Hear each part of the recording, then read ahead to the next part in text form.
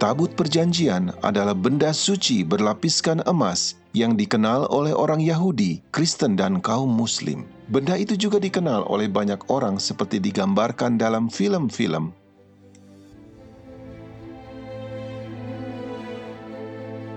Tapi, apakah sebenarnya Tabut Perjanjian? Naskah tertua yang menuliskan tentang itu adalah Taurat dalam kitab orang Yahudi dan dalam Perjanjian Lama Alkitab. Itu menceritakan tentang Allah yang berkuasa yang mengklaim sebagai pencipta planet bumi ini. Dia menulis 10 hukum pada 2 loh batu. Kedua loh itu disimpan di dalam peti yang bersalutkan emas itu. Peti itu mempunyai tutup yang dinamakan tutup pendamaian dan ada 2 kerup pada kedua ujungnya. Tabut itu digunakan untuk 2 tujuan yang berbeda. Di atas tutup pendamaian itu, Sang Khalik menyatakan dirinya sebagai pemberi hukum dan tabut itu berfungsi sebagai tahta pemerintahan Allah. Yang kedua, tabut itu diletakkan di dalam bait suci bersama-sama dengan perkakas-perkakas suci lainnya.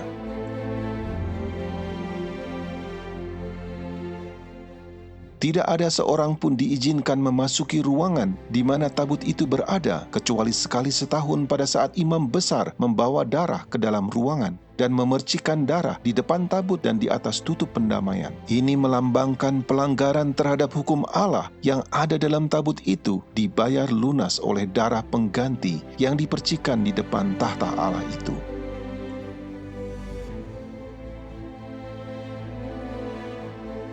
Tabut itu kemudian dipindahkan ke bait suci yang pertama di Yerusalem beberapa saat sebelum tentara Babel mengepung kota itu dan menghancurkan bait suci. Tabut itu telah menghilang atau disembunyikan orang.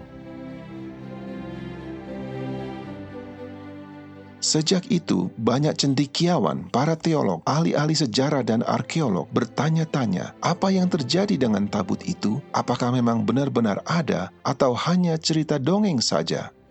Tak seorang pun diizinkan menyentuh tabut perjanjian itu. Beberapa kali ada yang melanggar aturan ini mendapat hukuman mati. Tabut itu mengikuti orang Israel waktu berperang. Pada saat dirampas oleh musuh, tabut itu mendatangkan tulah sehingga mereka mengembalikan kepada pemiliknya. Tabut itu dipercayai memiliki kekuatan gaib. Selama bertahun-tahun banyak orang yang mencari tabut perjanjian itu atau mencoba memahami pentingnya tabut itu. Banyak orang telah membuat replikanya dan juga banyak yang mengaku telah menemukannya. Tetapi sejauh ini tidak ada yang memberikan bukti temuan yang dapat diuji. Namun demikian, ada satu penemuan yang sangat unik dan istimewa, berbeda dari semua penemuan lainnya, bahkan sangat menyentuh hati.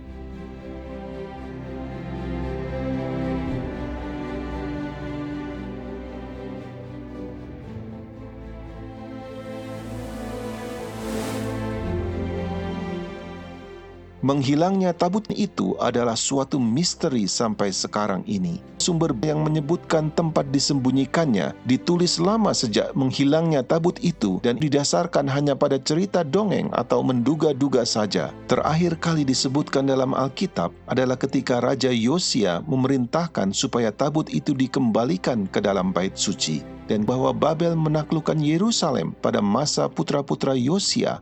Satu hal yang menarik tentang kisah itu adalah tidak disebutkan keberadaan tabut itu, sekalipun perkakas lainnya yang dirampas disebutkan. Kitab Makabe yang ditulis beberapa ratus tahun setelah tabut itu hilang, mengklaim bahwa tabut itu telah disembunyikan di gunung di mana Musa melihat tanah perjanjian sebelum dia meninggal. Di dalam buku baru, dikatakan bahwa Tuhan membiarkan bumi di bawah Yerusalem menelannya dan tabut itu akan muncul kembali di akhir zaman.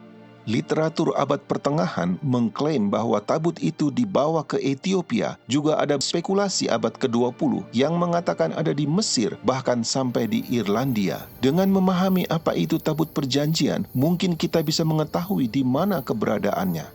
Fungsi utama dari tabut perjanjian itu adalah menjadi tahta pemerintahan Allah di bait suci di bumi ini.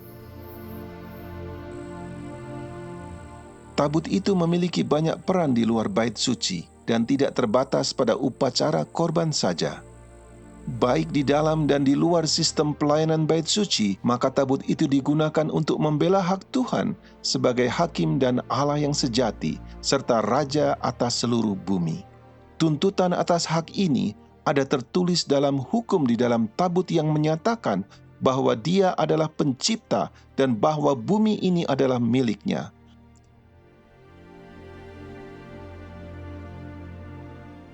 Allah yang mengilhami Alkitab mengatakan, tabut Tuhan, Tuhan semesta bumi. Akulah yang empunya seluruh bumi. Sebab Tuhan yang maha tinggi adalah dahsyat, Raja yang besar atas seluruh bumi. Itulah sebabnya tabut itu ada di depan waktu berperang melawan kota Yeriko, meskipun kota itu tidak menerima Dia sebagai Tuhan atau penguasa tertinggi di bumi ini. Tuhan tetap bisa menghakimi dan menghukum mereka. Meskipun Nebukadnezar, pemimpin besar di Babel, tidak menyembah Allah Israel, baik dia dan raja-raja lainnya pada masa itu tetap dihakimi oleh Tuhan. Orang-orang Asyur, Midian, Kanaan, Mesir, orang Ethiopia, orang Filistin, dan banyak bangsa-bangsa lain yang menolak Allah sebagai Tuhan mereka tetap dihakimi sesuai dengan standar Tuhan. Pada saat raja terakhir Babel mengolok-olok Tuhan di bait suci Allah, ia dijatuhi hukuman oleh Tuhan dengan tulisan tangan di dinding sebagai penghakiman di depan semua orang di ruangan itu. Tuhan menunjukkan bahwa tidak peduli agama atau etnis apa yang Anda miliki, Anda akan diadili berdasarkan standar Sang Pencipta dan bukan standar moral Anda sendiri atau standar moral dari budaya tertentu.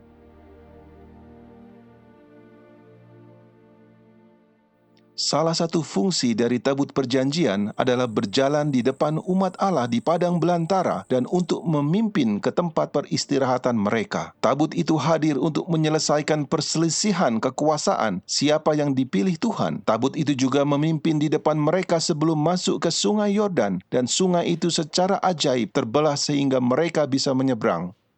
Tabut itu juga mengambil bagian dalam meneguhkan perjanjian antara Allah dengan Israel di Gunung Ebal. Meskipun Israel mengecewakan Tuhan, ditaklukkan oleh musuh atau tabut itu dirampas dari mereka, Tuhan menggunakan tabut itu untuk menghakimi orang Filistin dan mengalahkan dewa-dewa mereka sehingga mereka dipaksa untuk mengembalikannya. Dalam situasi ini Tuhan menggunakan tabut itu sebagai simbol status kerajaannya. Bahkan ketika Tuhan tidak melindungi umatnya yang murtad, Ia tetap melindungi tabut itu karena tabut itu adalah lambang kekuasaannya. Ini sangat jelas bahwa tidak ada orang yang perlu melindunginya dan bahwa Tuhan akan menjaga miliknya sendiri.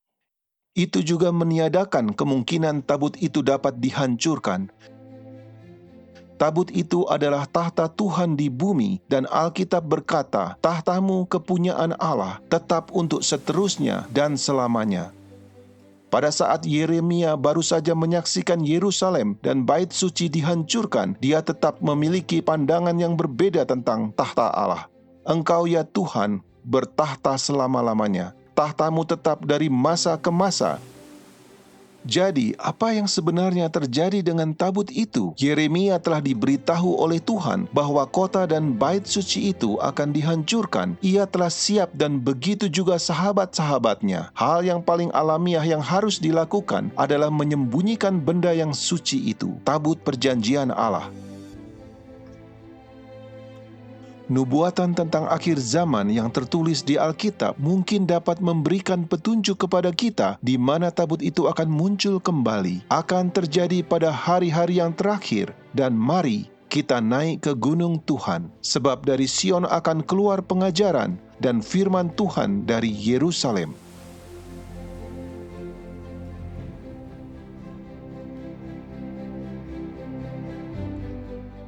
Pada abad ke-19, arkeologi sudah mulai maju ketika berbagai ilmuwan pergi mencari peninggalan-peninggalan kuno yang ditemukan di Timur Tengah.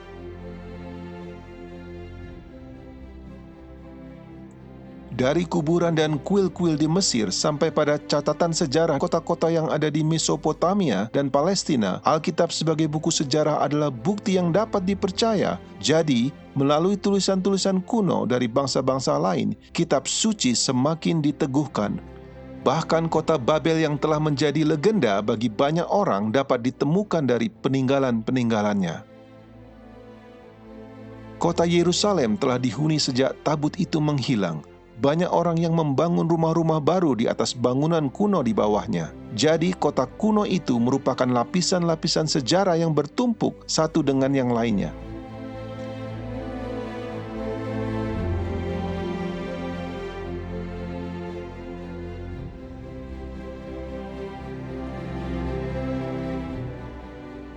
Pada tahun 1854, seorang misionaris, James Barclay, berjalan-jalan di sepanjang tembok tua di Yerusalem dan secara kebetulan memasuki gua utama di bawah kota tua yang penuh terowongan-terowongan dan lubang-lubang. Gua-gua ini sudah ditutup selama berabad-abad dan panjangnya sejauh 5 blok.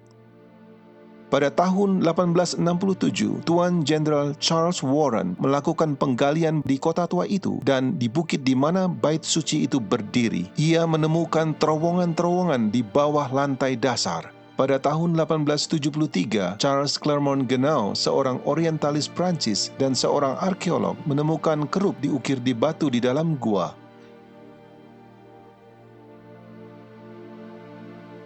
Kerubim biasanya digunakan di zaman kuno untuk menjaga jalan masuk ke kota atau tempat suci. Kerub itu mempunyai keunikan dan mirip dengan apa yang ada pada saat tabut itu menghilang. Pada tahun 1882, Jenderal Gordon, seorang perwira yang dihormati, melakukan perjalanan ke Timur Tengah dan pada saat berjalan-jalan di Yerusalem, ia merasa yakin bahwa tempat yang biasa disebut Golgota bukanlah lokasi yang benar. Di bagian utara dari bukit bait suci yang terpotong itu kelihatannya jauh lebih sesuai dengan gambaran dari Alkitab dan tata letak kota kuno itu. Dia mulai melakukan penggalian di sana, tetapi dia harus pergi untuk membantu konflik di Sudan, di mana dia meninggal dan tidak sempat menyelesaikan pekerjaannya. Namun dia sempat menuliskan surat kepada seorang sahabatnya yang berisi suatu pernyataan yang mengejutkan, sesuatu yang terjadi yang tidak sempat dijelaskan. Di bagian utara gunung yang dimaksud dengan Bukit Tengkorak juga merupakan tempat yang disebut Gua Yeremia, di mana dia menuliskan kitab ratapan, kitab yang sama di mana Yeremia mengatakan, tahta Allah tetap selama-lamanya. Gordon berkata, tabut perjanjian itu ada di sana. Dia juga menyebutkan bahwa perkakas-perkakas bait suci yang lain dapat ditemukan di sana. Pernyataan itu sangat aneh karena dia tidak pernah menyelesaikan penggaliannya. Jadi bagaimana dia bisa tahu? Demikianlah Gua Yeremia itu tetap tertutup dan surat-surat Jenderal Gordon tersimpan di suatu tempat yang aman. Sekitar 100 tahun kemudian, seorang yang bernama Ron Wyatt menaikkan doa kepada Tuhan supaya Tuhan menggunakan dia menunjukkan kepada dunia bahwa Alkitab itu benar adanya. Ron sudah mempelajari kisah tentang air bah dan menyelidiki kemungkinan adanya peninggalan Bahtera Nuh. Dia juga mempelajari keluarnya Israel dari Mesir dan lokasi di mana mereka menyeberangi lautan. Menemukan beberapa roda kereta perang orang Mesir kuno. Ia telah melakukan penyelaman di dasar lautan dan berakhir dengan kunjungannya di Yerusalem. Dia berjalan sepanjang tebing dengan kenalannya yang baru dan secara tiba-tiba tangan kirinya terangkat sendiri dan jarinya menunjuk ke sampah dan puing yang bertebaran di kaki bukit itu. Tidak memahami mengapa atau bagaimana, dia mendengar dirinya sendiri berkata, itu adalah Gua Yeremia dan tabut perjanjian itu ada di sana.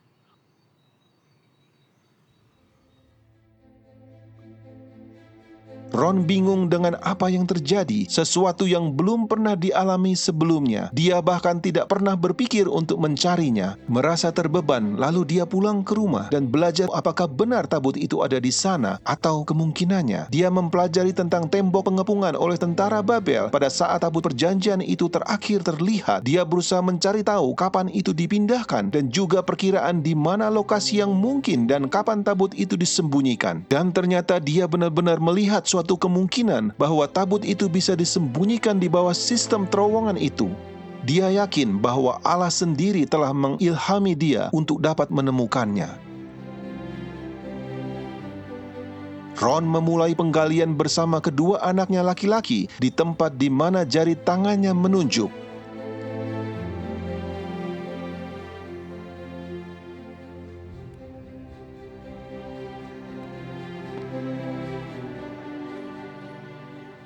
Tapi belum lama kemudian menemui batu gunung yang besar, membuat penggalian itu sulit. Lalu mereka mencoba penggalian beberapa meter di sebelah kanannya, dan ketika mereka memulai menggali lagi, mereka menemukan 3 lubang persegi di dinding bukit. Ron menduga itu bisa menjadi tempat yang dipakai untuk memasang papan tanda di zaman Romawi. Lagi pula Golgota dekat dengan jalan utama pada masa Tuhan Yesus, dan ini bisa jadi tempat di mana Yesus disalibkan. Sebuah kutipan terkenal dari Quintilian menjelaskan, "Setiap kali kami menyalibkan penjahat, jalan raya yang ramai dipilih sehingga banyak orang akan melihatnya dan tergerak oleh rasa takut olehnya. Karena semua hukuman itu tidak banyak berkaitan dengan pembalasan dendam, tetapi sebagai contoh. Lokasi Golgota di mana gereja Bizantium itu dibangun bukanlah di jalan raya seperti di tempat ini. Apakah mungkin lubang persegi itu digunakan untuk menaruh papan tanda yang menyatakan kepada orang banyak tentang kejahatan yang dilakukan oleh para penjahat?" Dia mulai berpikir bahwa sisi gunung itu bisa jadi tempat di mana orang disalibkan. Dia meneruskan penggalian ke bawah, tapi tanahnya sangat labil, sehingga dengan alasan ini mereka kembali ke tempat semula dan berharap mereka bisa menggali di sekitar batu besar itu. Kali ini mereka menemukan cara untuk menggali di antara tebing dan batu, dan tebing itu hampir membentuk atap saat mereka menggali ke bawah. Sementara menggali terus, Ron menemukan sesuatu seperti lubang untuk tali yang dipahat di permukaan tebing.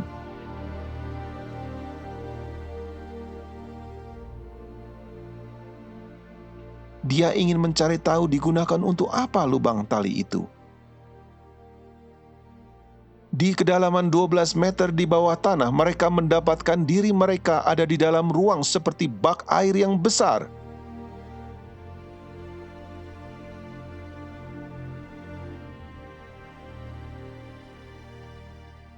Bentuknya seperti lingkaran dan memiliki tangga yang menurun ke dalam. Ron bertanya-tanya kalau itu mungkin digunakan untuk menyimpan gandum dan kemudian digunakan sebagai bak air. Lalu dia memahat plaster lapisan dinding dan menemukan banyak tembikar di antara tanah dan puing-puing yang digunakan untuk menguruk bak itu. Pada saat dia menunjukkan potongan-potongan tembikar itu ke otoritas barang-barang kuno, mereka memeriksanya dan memberitahu Ron bahwa itu adalah peninggalan dari zaman Yebus. Barang temuan yang paling muda tertanggal dari zaman Romawi. Ron meneruskan penggalian di bawah relung persegi yang dia temukan itu. Berdasarkan tembikar dan koin yang mereka temukan, mereka tahu bahwa mereka sedang berada di lapisan Romawi. Pada saat penggalian, mereka juga menemukan banyak tulang-tulang jari yang menguatkan kecurigaannya bahwa tempat itu dulunya adalah tempat untuk eksekusi. Selain dari penyalipan, rajam dengan batu juga dilakukan selama masa Yahudi Romawi. Di bagian luar struktur seperti bak yang Ron temukan itu, dia menemukan struktur lain seperti lingkaran. Hanya bagian dasar dari struktur yang melingkar itu kelihatan utuh.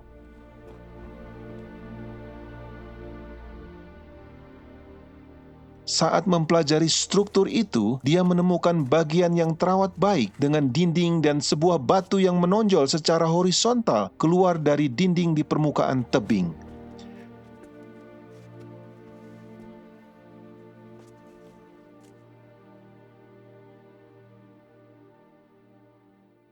Beberapa kaki di depannya, dia perhatikan ada sebuah batu persegi yang kelihatannya tidak alami. Dengan berhati-hati, dia mengangkat dan menemukan lubang persegi yang dipahat di bawahnya. Mungkinkah ini lubang salib itu? Saat dia memeriksa lubang itu dan membersihkan tanah di sekitarnya, dia menemukan celah retakan yang besar dari lubang itu. Kelihatannya lubang itu digali di atas dataran yang lebih tinggi.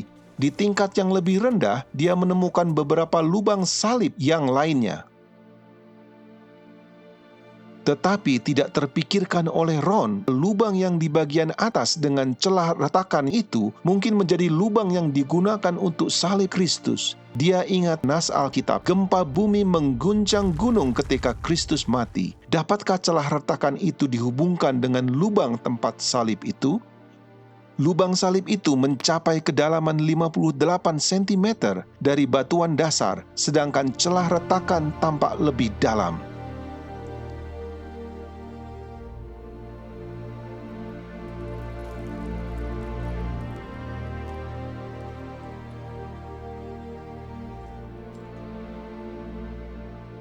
Ada kemungkinan bahwa banyak orang mengetahui tempat di mana Yesus disalibkan dan banyak pengikutnya yang ingin menjadikan tempat itu sebagai tempat peringatan.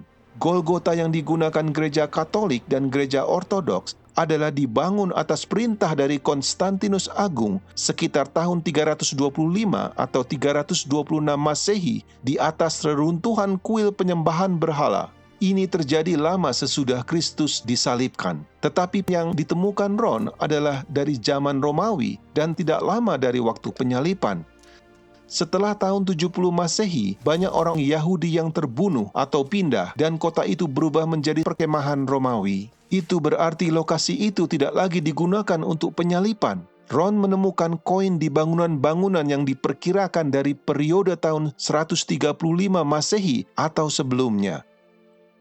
Di tahun 130 Masehi, orang Kristen lebih disukai daripada orang Yahudi. Oleh karena itu, kemungkinan struktur ini dibangun oleh orang-orang Kristen zaman itu atau sebelumnya. Artinya bahwa itu mungkin adalah tempat yang pertama yang diakui sebagai Golgota yang asli. Golgota yang dibangun oleh gereja Bizantium lebih dari 200 tahun kemudian dibuat pada saat banyak orang telah melupakan tempat itu. Semakin dekat pada saat penyalipan, semakin mereka lebih tahu dengan jelas rincian apa yang terjadi. Dengan fakta ditemukannya koin-koin oleh Ron di bangunan-bangunan kuno dari tahun 135 Masehi menunjukkan siapapun yang membangun dan menggunakan bangunan kuno itu rupanya telah mengabaikan dan meninggalkan wilayah itu. Bukti dari pondasi bangunan yang masih utuh mungkin menunjukkan bahwa bangunan itu tidak dihancurkan oleh tangan penjajah, tetapi kemungkinan besar tidak digunakan dan menjadi rusak. Akhirnya, bangunan itu tertutup dengan debu dan puing-puing.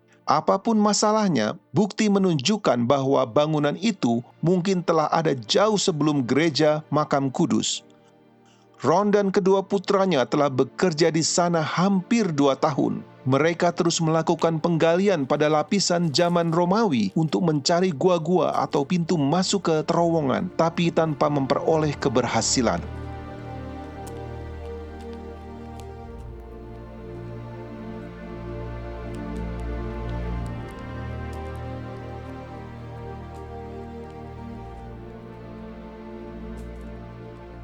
Ron tergerak untuk menembus celah yang retak pada dinding tebing. Mereka semua berdoa dan terus merasakan dorongan itu. Mereka menggunakan palu dan pahat, dan dalam waktu yang singkat, mereka bisa melihat ruangan terbuka di belakang. Mereka memperbesar lubang itu sehingga mereka dapat masuk ke gua itu. Di dalam ruangan itu, tinggi dan lebarnya sekitar 4,5 meter. Pada mulanya, Ron sangat bersemangat ketika menemukan gua itu dan berpikir mungkin tabut itu ada di dalamnya. Tetapi ternyata kosong, dan dari ruang itu dapat terlihat banyak sekali lorong-lorong dan lubang-lubang di dalam gunung.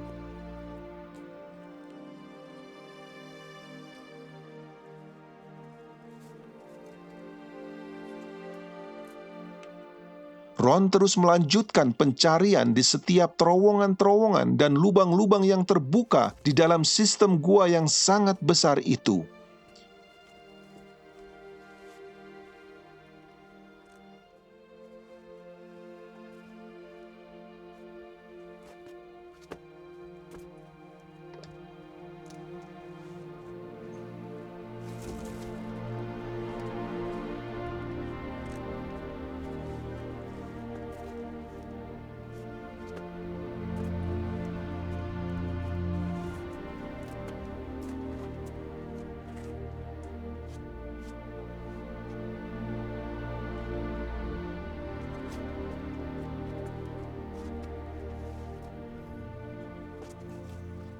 Selama 2 tahun mereka pulang pergi antara Amerika dan Yerusalem mencari uang supaya mereka dapat kembali dan meneruskan pencarian itu. Pada bulan Desember 1981, mereka melanjutkan pekerjaan di dalam sistem gua yang mereka temukan. Namun akhirnya mereka bertiga sakit. Kedua putra Ron kembali ke Amerika, dan Ron harus mencari bantuan dari orang lain untuk melanjutkan. Dia tidak akan menyerah dan merasa Tuhan telah berjanji kepadanya bahwa dia akan menemukan tabut pada kunjungan itu. Tetapi sekarang dia telah menggunakan seluruh uangnya. Dia sedang sakit dan pekerjaannya sangat sulit dan melelahkan. Seorang dari penduduk setempat yang membantu Ron bisa menembus celah-celah sempit yang di mana Ron sendiri tidak bisa. Dan sementara melihat-lihat sekelilingnya, Ron menemukan lorong mirip seperti cerobong dan sebuah terowongan kecil di mana Ron harus menghembuskan nafasnya untuk masuk.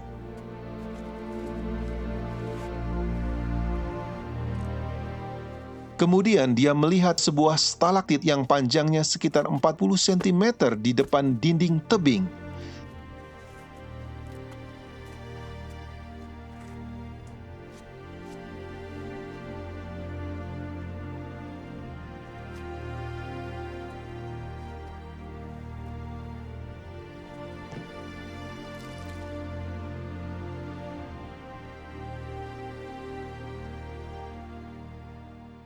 Di belakangnya ada lubang kecil dan Ron berusaha untuk mengintip tapi tidak berhasil. Kemudian dia memperbesarnya sedikit dan bisa melihat ada gua di dalamnya. Tetapi kelihatan tidak begitu menjanjikan dan tampak seperti gua yang penuh dengan batu-batu. Ron sudah bertekad untuk mencari terus. Dia memperbesar lubang itu sehingga cukup untuk penolongnya masuk. Tetapi tiba-tiba si penolong itu keluar dengan ekspresi ketakutan dan berteriak, "Ada apa itu? Ada apa di situ? Saya tidak akan kembali ke situ." Kemudian dia keluar dari gua secepat mungkin. Saat itu Ron menyadari bahwa pasti ada sesuatu di situ. Kemudian dia memperbesar lubang itu supaya dia dapat masuk. Hari itu adalah tanggal 6 Januari 1982.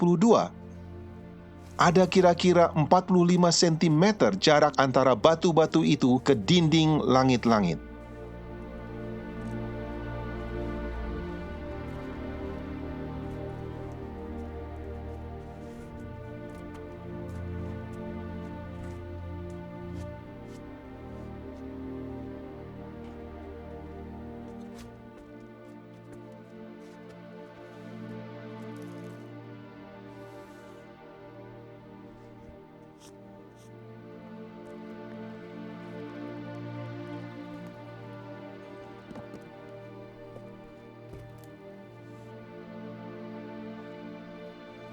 Ron menyorotkan lampu senternya di antara batu-batuan itu dan melihat sesuatu di bawahnya. Beberapa balok kayu yang sudah membusuk dan di bawahnya ada kulit binatang yang sudah kering dan berubah menjadi bubuk pada saat disentuhnya. Kemudian dia melihat sesuatu benda yang memantulkan sinar lampunya mengkilap keemasan. Dia berpikir mungkin itu adalah tabut perjanjian itu. Tetapi pada saat menyingkirkan kulit binatang itu, dia melihat meja dari emas yang begitu indah dikelilingi oleh bingkai di sisi-sisinya dengan pola seperti lonceng dan buah delima. Ron merasa yakin bahwa itu pasti berasal dari bait Allah yang pertama yang hilang dan bisa jadi adalah meja roti sajian yang asli. Kemudian dia menyelidiki ruangan itu lebih teliti dan memperhatikan sekeliling ruangan itu. Dia menggunakan lampu senternya dan melihat sebuah celah di langit-langit. Dengan memanjat di batu-batuan belakang ruangan itu, dia melihat sebuah peti batu tepat di bawah celah retakan. Peti itu mempunyai tutup yang terbelah dua dan belahan yang lebih kecil bergeser ke samping sehingga membuat celah ke dalam peti batu itu. Sayangnya, tutup itu terlalu dekat ke langit-langit sehingga dia tidak dapat melihat ke dalam peti itu. Ada bercak hitam di celah retakan langit-langit dan juga ada bercak di pinggiran tutup peti yang terbuka. Celah retakan di langit-langit persis di atas celah bukaan tutup peti batu itu, di mana bercak hitam jatuh dan masuk ke dalam peti batu itu. Pada saat itulah seingat Ron, menyadari apa yang terjadi di ruangan itu membuat dia jatuh pingsan.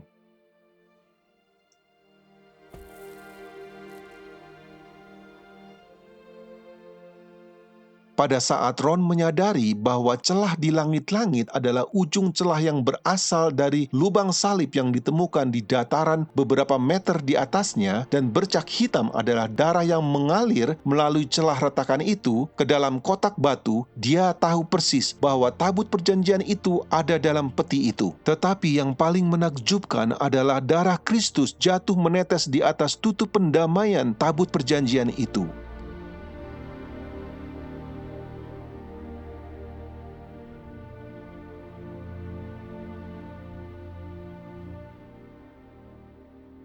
Ron pingsan selama kurang lebih 40 menit. Kemudian dia kembali ke gua dan berhasil memastikan bahwa itu benar-benar tabut perjanjian. Lalu dia memberitahu pemerintah Israel tentang penemuan itu, tetapi Ron diminta untuk merahasiakannya. Ron merasa tidak bisa tinggal diam begitu lama. Ron mengunjungi ruangan itu beberapa kali dan melaporkan ada beberapa perabot yang lainnya selain tabut perjanjian dalam peti batu itu, yaitu kaki Dian yang bercabang 7 dengan pelitanya dari bait suci yang pertama, mesbah pembakaran ukupan dari emas, meja roti sajian, pedupaan emas, efod, topi imam dengan delima gading di ujungnya, timbangan uang dari kuningan, minyak lampu, sebuah cincin kuningan, dan pedang yang sangat besar.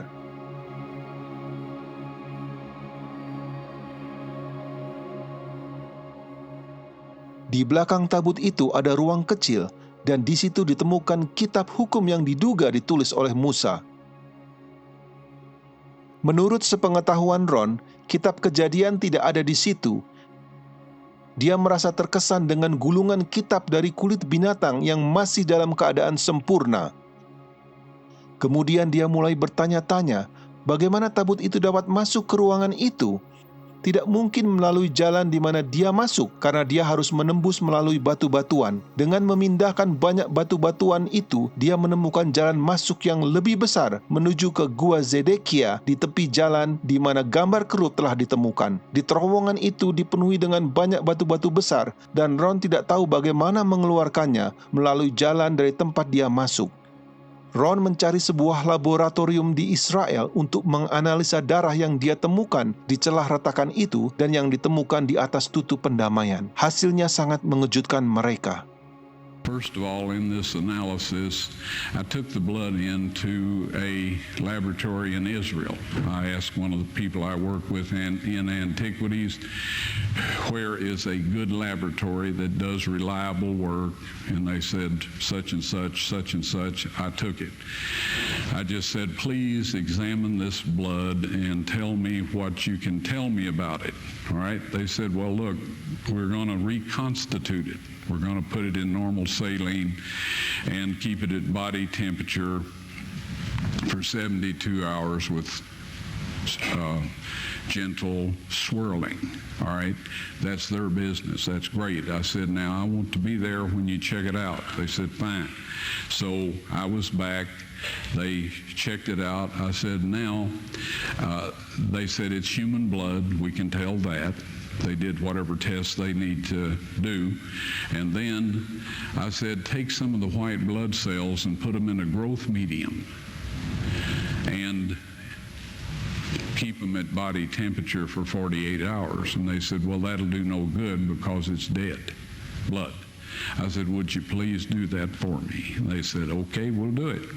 So anyway, I said, I want to be there when you take it out and examine it. So I was back there. They took it out, examined it under microscope, and the one technician called the other one over there, and then they called the boss over there, and they were talking Hebrew a mile a minute there for a little bit, and they looked at me and they said, Mr. Wyatt, this human blood only has 24 chromosomes in it. Everybody else has 46. You see, 23 from your mother, 23 from your father, 22 autosomes from your mother, 22 autosomes from your father. You get an X from your mother, you may get an X or a Y from your father, all right? This blood had 23 chromosomes from the mother's side, one Y chromosome only. You see, the child could not have developed if they hadn't had the autosomes from the mother. So all of his physical characteristics were determined by his mother's side of the family, her autosomes. His maleness was determined by this one Y that came from a source, not a human male. Then they said, this blood is alive. And then they said, whose blood is this?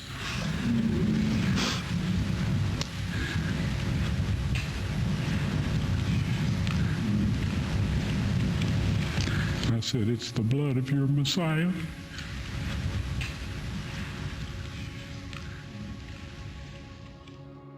Ketika darah menetes di atas tutup pendamaian itu, terbukti bahwa karena dosa terhadap hukum Allah inilah Kristus menanggung hukuman itu. Dosa-dosa kita merupakan pemberontakan terhadap hukum Allah, bukan terhadap hukum manusia atau hukum agama lainnya. Terhadap hukum Allah inilah kita perlu bertobat. Allah Bapa telah mengirimkan putranya untuk mati menggantikan kita.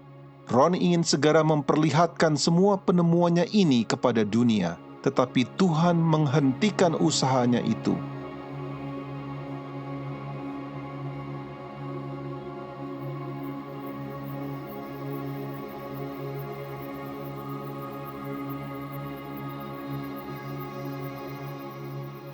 Pada kunjungannya yang keempat, Ron mendapati ruangan itu sudah dibersihkan dan perabot-perabotnya sudah disusun menurut aturannya. Pada saat itu tiba-tiba Ron merasakan kehadiran malaikat di ruang itu dan melihat 4 malaikat, 2 berdiri di satu sisi tabut dan 2 di sisi lainnya.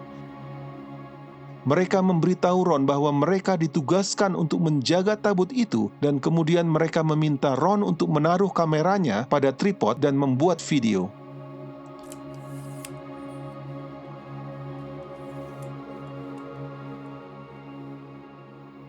Malaikat-malaikat itu mengangkat tutup pendamaian tabut dan meminta Ron untuk mengeluarkan 10 perintah Allah yang tertulis di 2 loh batu.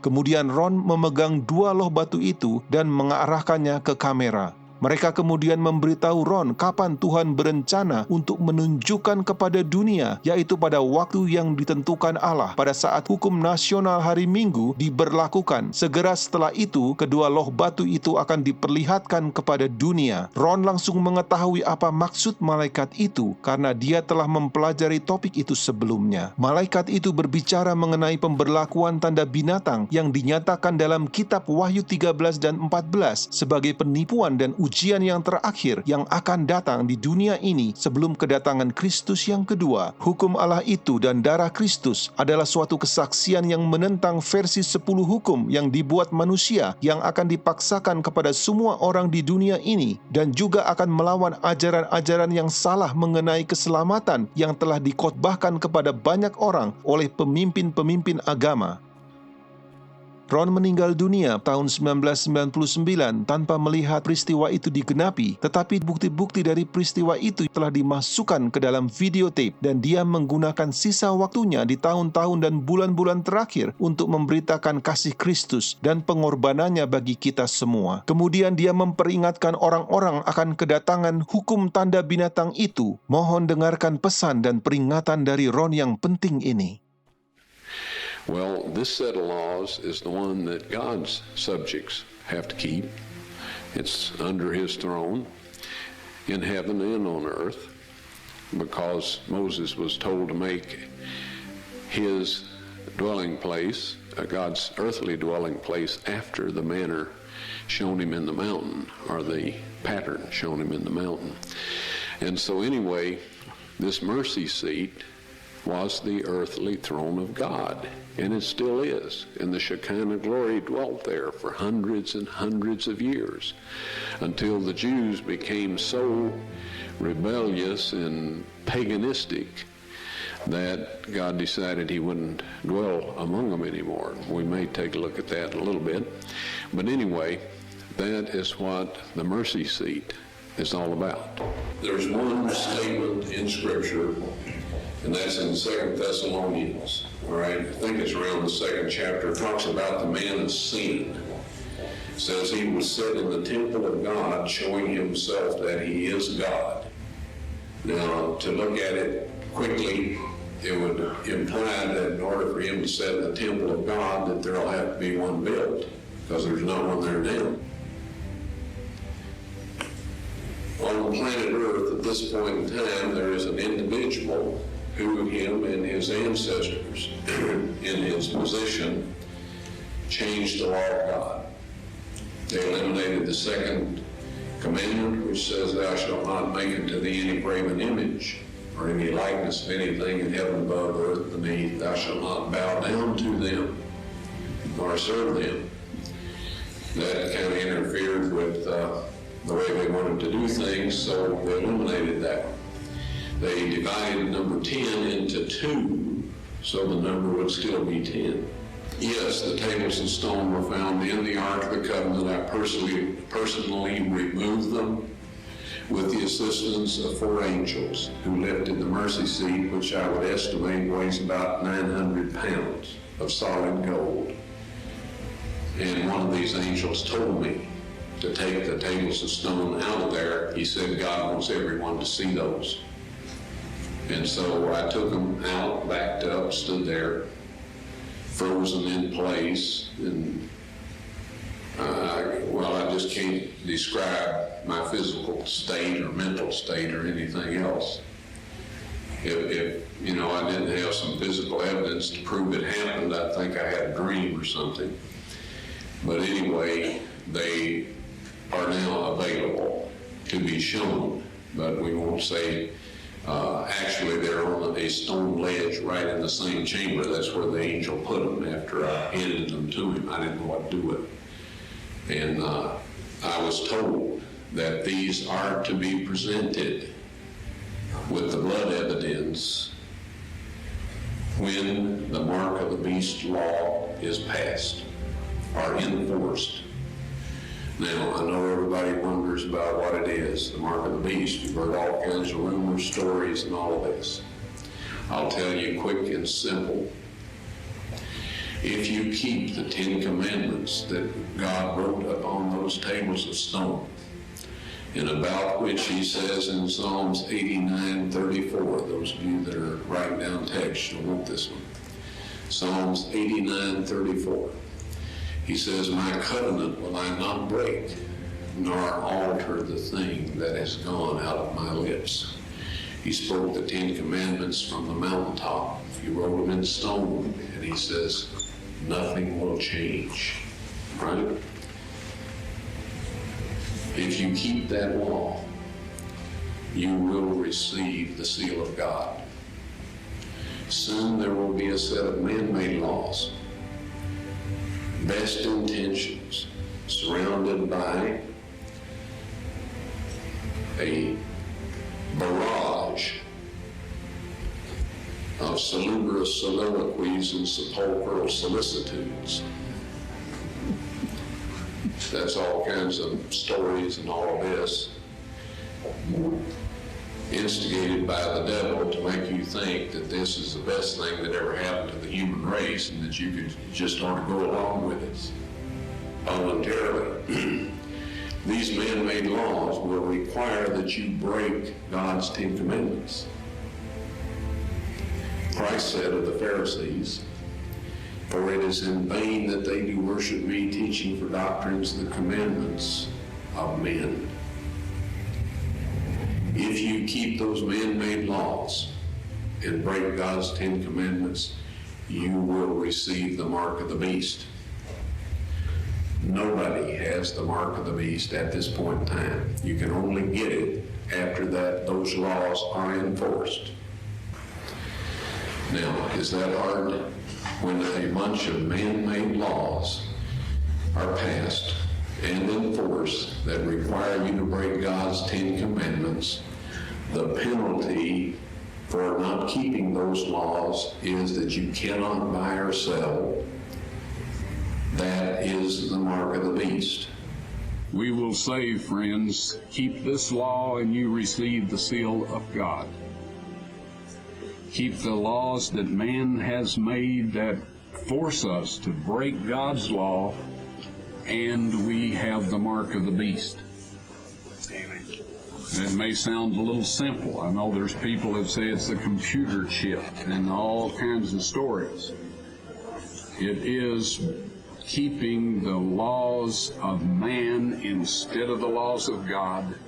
As Christ said to his disciples when speaking of the Jewish leaders in his day, he said, for it is in vain that they do worship me, teaching for doctrines the commandments of men. God did not accept Abel's or Cain's offering of fruit and vegetables. He will not accept any substitute for our loyalty to Him, but keeping His 10 Commandments. And there will come a time, folks, when if you do that, you will not be able to buy or sell. Now in Psalms 89:34, he says, "My covenant will I not break, nor alter the thing that has gone out of my lips." Okay? That means that the 10 Commandments, which is the covenant, He won't change that. He spoke it from the mountaintop, and it's recorded in the 20th chapter of Exodus. He won't change that. When I saw the tables of stone and saw what they said exactly the same thing that the original Hebrew text says in the book of Exodus. Exactly. All right?